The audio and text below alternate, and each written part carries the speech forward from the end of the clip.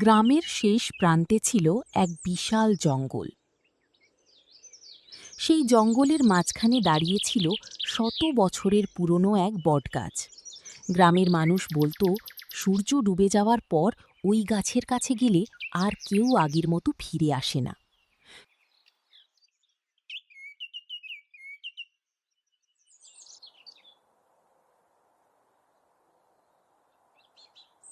ওই গাছের নিচে রাতে যাস না বাবা, অনেকেই অদ্ভুত জিনিস দেখেছে। আমি এসব ভূতের গল্প বিশ্বাস করি না চাচা। ভূত বলে কিছু হয় না। রাকিব ছিল সাহসী ছেলে, কিন্তু এক রাতে তার জীবনে এমন কিছু ঘটল যা তাকে বদলে দিল।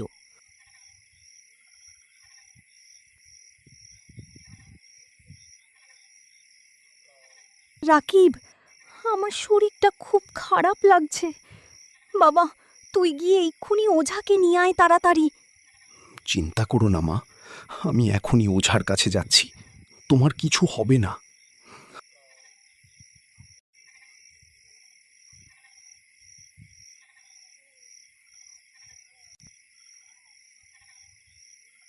ওঝা পরীক্ষা করে বলল, আজ রাতেই জঙ্গল থেকে একটি বিশেষ গাছের ছাল আনতে হবে, না হলে অবস্থা খারাপ হতে পারে।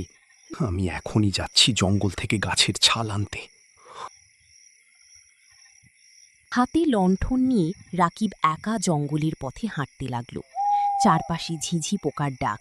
হঠাৎ বাতাস অস্বাভাবিক ঠান্ডা হয়ে গেল। আজ কেমন যেন লাগছে, জঙ্গলটা গা শিউরে উঠছে বারবার। ঠিক তখনই সে শুনল, রাকিব, কি? এদিকে এসো। শব্দ অনুসরণ করতে করতে রাকিব বটগাছের কাছে পৌঁছাল। হঠাৎ লণ্ঠনের আলো কাঁপতে শুরু করল। গাছের নিচে সাদা শাড়ি পরা এক নারী দাঁড়িয়ে আছে।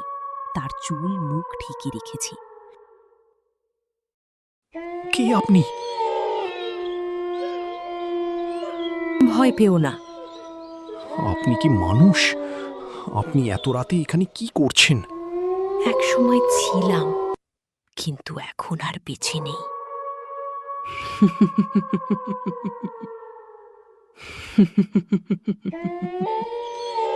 ৩০ বছর আগে এই জঙ্গলে আমার মৃত্যু হয়েছিল।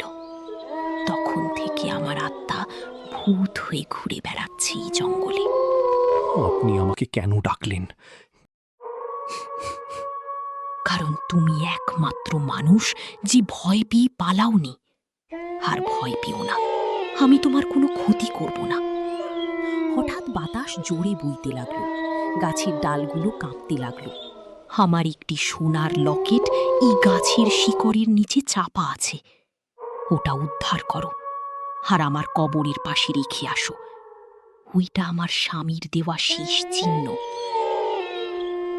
লাগলো। রাকিব মাটি খুঁড়তে শুরু করলো। কিছুক্ষণ পর তার কোদাল শক্ত কিছুতে লাগলো। সে মাটি সরিয়ে দেখল একটি পুরনো সোনার লকেট, কিন্তু লকেটের নিচে ছিল একটি মানুষের কঙ্কাল। এটা কি? এরা? ওটাই আমার দেহ, কঙ্কাল হয়ে গেছে। ভয় পেও না। রাকিবের শরীর কাঁপতে লাগলো। হঠাৎ জঙ্গলের চারপাশ থেকে ফিস ফিস শব্দ আসতে লাগলো। কারা? ওরা কারা? এরা সেই আত্মা যারা মুক্তি পায়নি।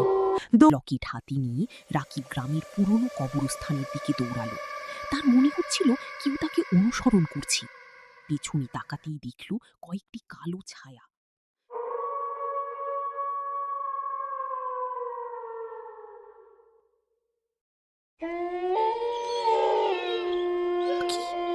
এরা কারা?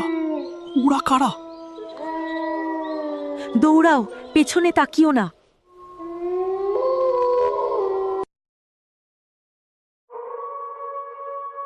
রাকিব কবরের কাছে পৌঁছে লকেটটি রেখে দিল। হঠাৎ চারপাশে সাদা আলো ছড়িয়ে পড়ল।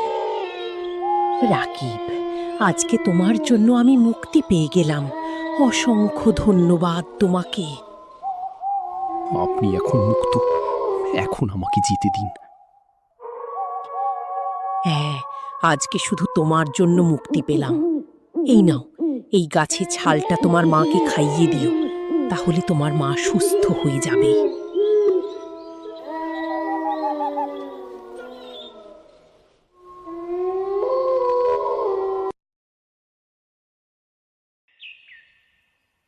পরদিন সকালে গ্রামবাসীরা জঙ্গলে গিয়ে সত্যিই একটি কঙ্কাল খুঁজে পেল।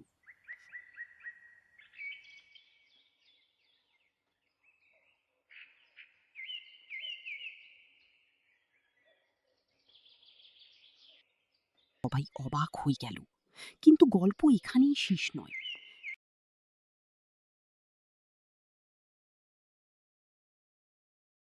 এক বছর পরে পূর্ণিমার রাতে রাকিব আবার সেই পথ দিয়ে যাচ্ছিল।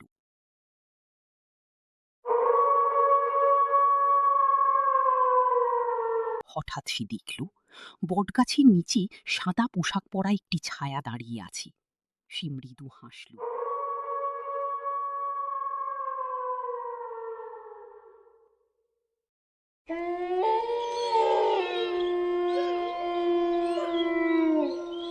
তারপর ধীরে ধীরে কুয়াশার মধ্যে মিলিয়ে গেল, কিন্তু ঠিক তখনই গাছের উপরে আরেক জোড়া লাল চোখ জ্বলে উঠল। তাহলে কি ওই নারী ছিল জঙ্গলের একমাত্র আত্মা, নাকি বটগাছের অন্ধকারে এখনো কেউ লুকিয়ে আছে? তো ছোট্ট বন্ধুরা, এই গল্প থেকে আমরা কি শিক্ষা পেলাম? সাহস ও ভালো কাজ কখনো বৃথা যায় না, তবে পৃথিবীর সব রহস্যের উত্তর মানুষ সবসময় খুঁজে পায় না। আমাদের উচিত সবসময় সাহস রাখা। হ্যালো বন্ধুরা, আমাদের চ্যানেলে তোমাদের স্বাগতম। নতুন নতুন মজার ভিডিও দেখতে এক্ষুনি সাবস্ক্রাইব করো। ভিডিওটি ভালো লাগলে একটা লাইক দিতে ভুলো না। তোমার মতামত কমেন্টে লিখে জানাও, আর বন্ধুদের সাথে ভিডিওটি শেয়ার করো। তোমাদের ভালোবাসাই আমাদের অনুপ্রেরণা। তাহলে এক্ষুনি সাবস্ক্রাইব, লাইক আর কমেন্ট করো। ধন্যবাদ।